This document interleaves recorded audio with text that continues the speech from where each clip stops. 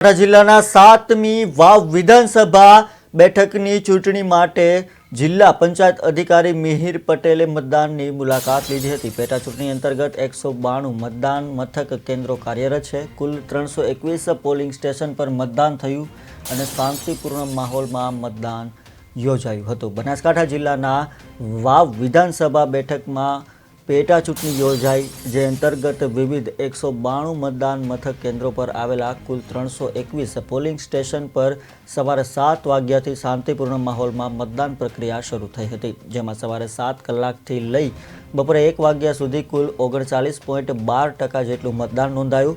જિલ્લા ચૂંટણી અધિકારી મિહિર પટેલે આ મતદાન મથકની મુલાકાત લઈ તમામ સ્થિતિનું નિરીક્ષણ પણ કર્યું હતું। મતદાન જાગૃતિ બેનર, સેલ્ફી પોઈન્ટ, પાણી, શરબત સહિત હેલ્થ ચેકઅપનો લાભ મતદારોને મળતા મતદારોએ ચૂંટણી વિભાગનો વિશેષ આભાર પણ વ્યક્ત કર્યો હતો।